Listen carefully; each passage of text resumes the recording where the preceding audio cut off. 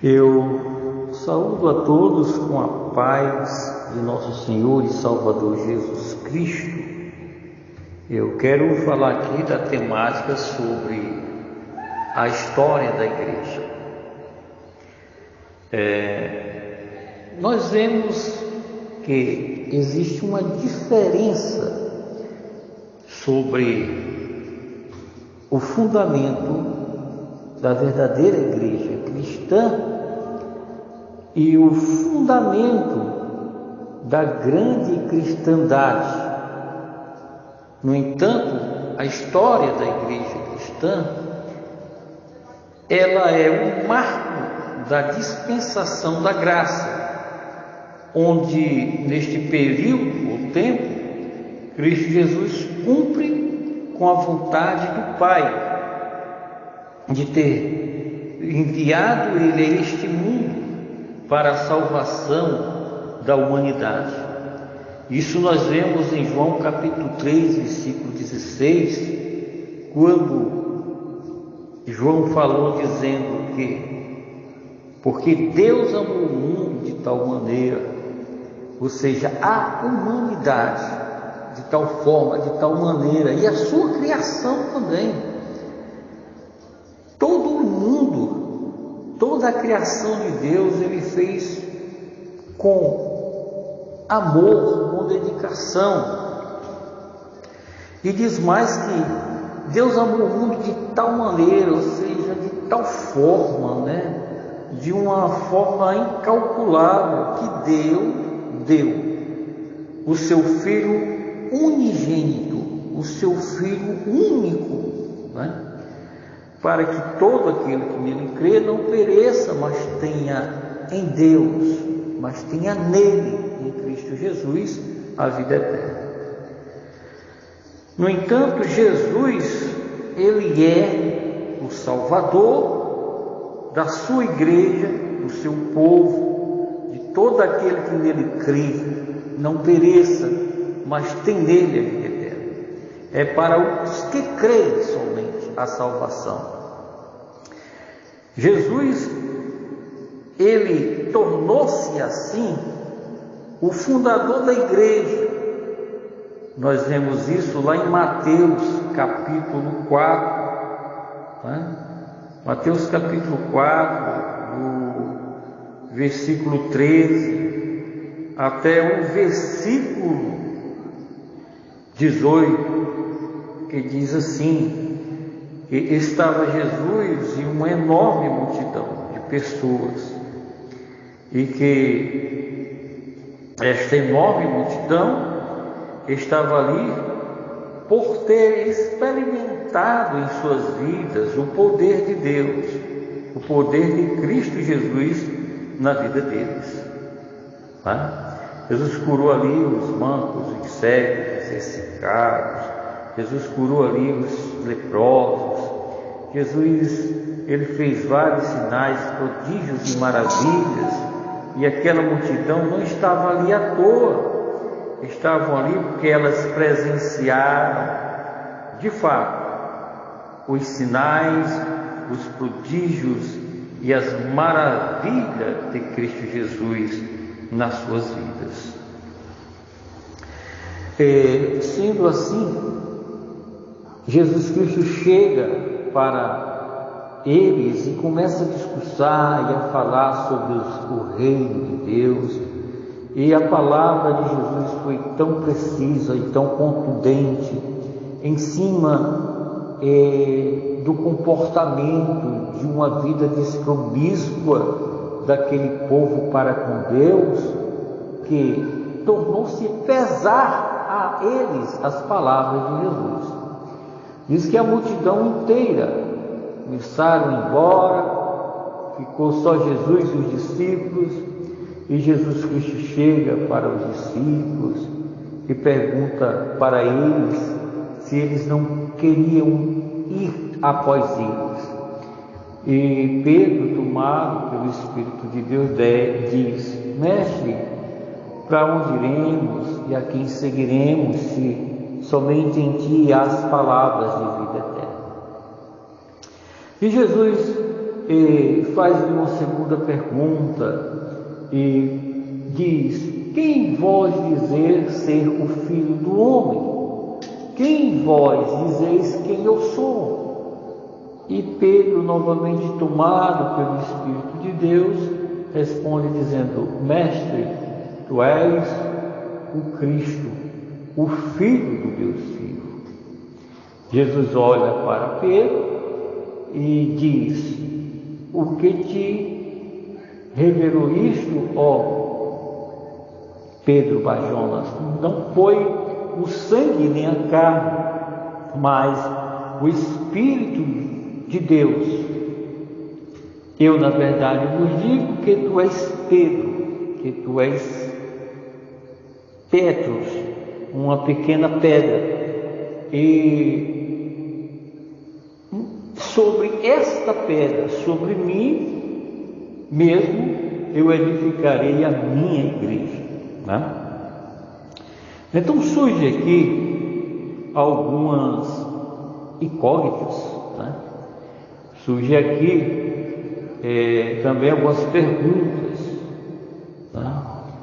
A respeito da fundação verdadeira da igreja cristã. O catolicismo apostólico romano, eles são precisos em afirmar, né, e sem titubear, eles afirmam que o fundador da igreja é Pedro, né, e não Cristo, e não Jesus. Porque a palavra Pedro, né, o Petros, né, ela vem, né, de uma palavra grega que quer dizer pedregulho ou pequena pedra, né? E firmando esse raciocínio, a Igreja Católica Apostólica Romana afirma com todas as letras que eles são, né, a verdadeira igreja, que Pedro é o fundador da igreja de Cristo, né?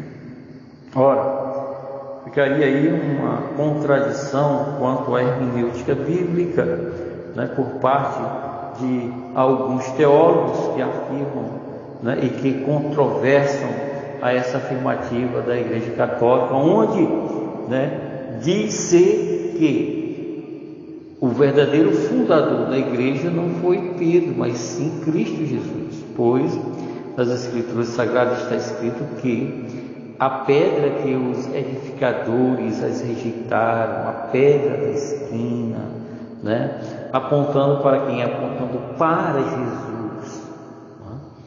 Apontando para Jesus. As palavras de Pedro eram as palavras divinas, né? E essas palavras divinas que eram dadas ao apóstolo Pedro vinham mesmo diretamente de Deus. Mas as palavras de Jesus, elas têm mais peso e mais precisão naquilo que Jesus fala.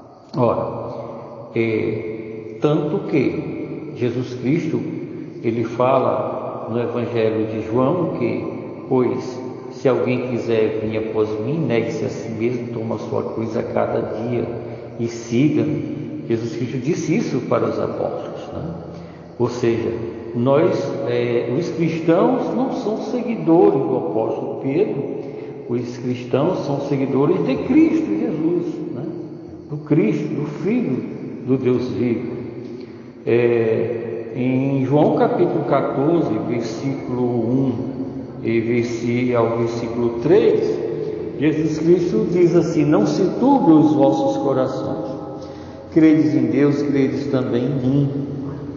Na casa de meu pai há muitas moradas, se não fosse assim eu não teria dito: irei vos prepararei lugar e voltarei para junto de vós e vos levarei para junto de mim, para que onde estiver estejais vós também. Aí Felipe, aí capítulo 4, 5 e 6, Felipe intervém na conversa e diz assim: mestre, mostra-nos o caminho. Aí Jesus Cristo vai dizer: estando eu tanto tempo convosco e como vós pedis para que eu vos mostre o caminho. Na verdade, eu vos digo que eu sou o caminho, eu sou a verdade, eu sou a vida, ninguém vai ao Pai, a Deus, senão por mim, né? Essas foram as afirmações de Cristo Jesus quanto à sua pessoa, quem verdadeiramente ele era, né? Ou seja, conclui-se, né? E deduz-se que Cristo Jesus, ele é o fundador da igreja e não o apóstolo Pedro. O apóstolo Pedro, né? Ele foi um dos outros que foram chamados, né? Para ser apóstolo, para ser seguidor de Cristo Jesus e pregar as verdades que Cristo Jesus defendia. No entanto, né, fica claro que Cristo Jesus, ele é o fundador da igreja, né? Diz o apóstolo Paulo que ele é o cabeça da igreja e que ele é o fundamento da igreja, né? E que se alguém pregar outro evangelho que não seja esse, né, seja anátema, seja abominável a Deus.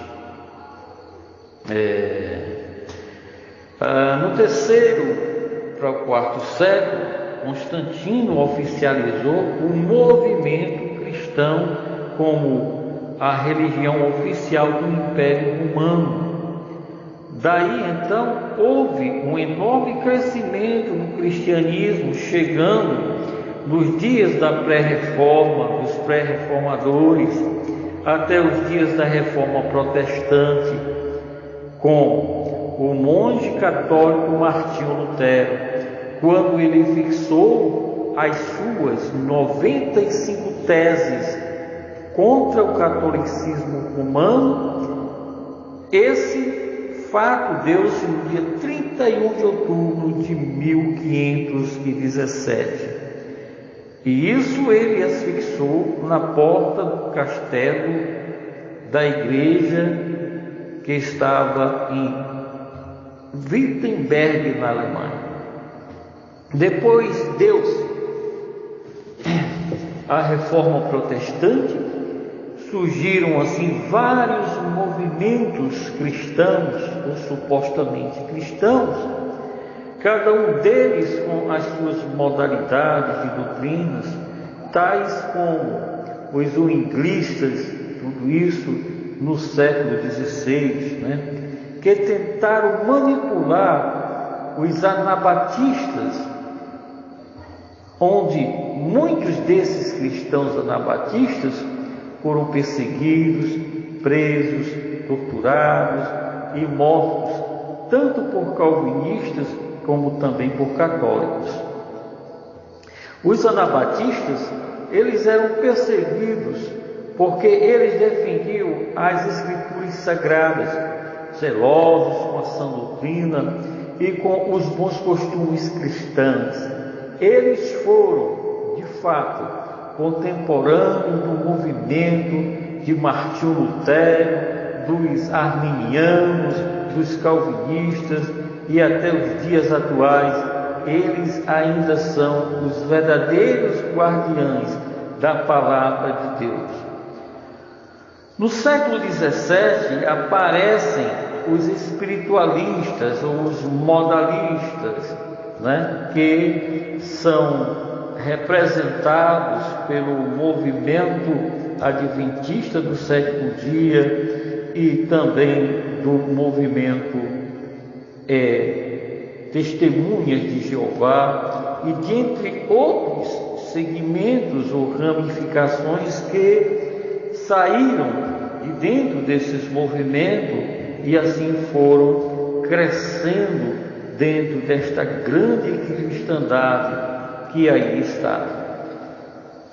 Isso, os espiritualistas. Depois vem a era, né, do iluminismo, com Emmanuel Kant, dentre outros filósofos, dando assim o surgimento da teologia liberal, Schleiermacher foi o fundador ou pai dessa teologia liberal. A teologia liberal, ela nega a ressurreição de Cristo, ela nega os sinais, os prodígios, as maravilhas de Cristo que ele tanto operou, né? A teologia liberal, ela vai muito além de usos e costumes. Ela não se retém só a estufado essas questões de uso e costumes. Ela, na realidade, de fato, ela apoia o mundanismo dentro da igreja, né? E a pior de todas as afirmações da teologia liberal é exatamente essa teologia que nega a ressurreição de Cristo Jesus. Sabemos, pois, que a ressurreição de Cristo Jesus, ela tornou-se a coluna vertebral do cristianismo, né? Quem nega isso está negando todo o cristianismo, né? Existiu um teólogo, né, que combateu muito, né, o liberalismo, a teologia liberal, chamado de Karl Barth. Ele lutou contra os teólogos da teologia liberal de sua época, né? Depois aí, século XVIII, quando deu-se aí o iluminismo, chegamos aí ao século XIX, ao século XX, né? Aí vem aí o sionismo, né, que deu-se aí do século XIX para o século XX, e então assim surge a teologia futurista, né, com seus defensores, tanto escatológica como soteriologicamente. Nós vemos que tudo isso nos leva a crer, né, e nós vemos de forma clara e sucinta o grande desenvolvimento, né, que houve dentro desta grande cristandade, o grande desenvolvimento, né, que deu-se por vários grupos, né, vários movimentos que surgiram na história da igreja, como se vê aí nos dias atuais. Sabendo, pois, que a igreja remanescente, os remanescentes fiéis à sã doutrina, estes sim é que preservam e zelam pela sã doutrina deixada por Cristo Jesus e deixada para a igreja primitiva nos dias dos apóstolos, e que deu-se continuidade aí dentro da verdadeira cristã, dentro da verdadeira igreja cristã. Nós podemos ver esse assunto que eu abordei aqui, né, sobre a origem da igreja verdadeira, né, e versus esse movimento da grande cristandade que aí está, né? Obras como Enciclopédia do Protestantismo, da editora Hábitos, né?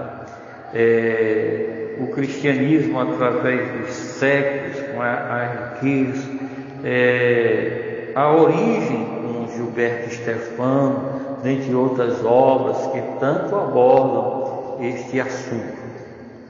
Eu agradeço aqui a oportunidade, né, de você ter ouvido, e vos peço aí, né, uma continuidade desse assunto, certo? Que eu irei dar, dando ênfase à origem da verdadeira igreja.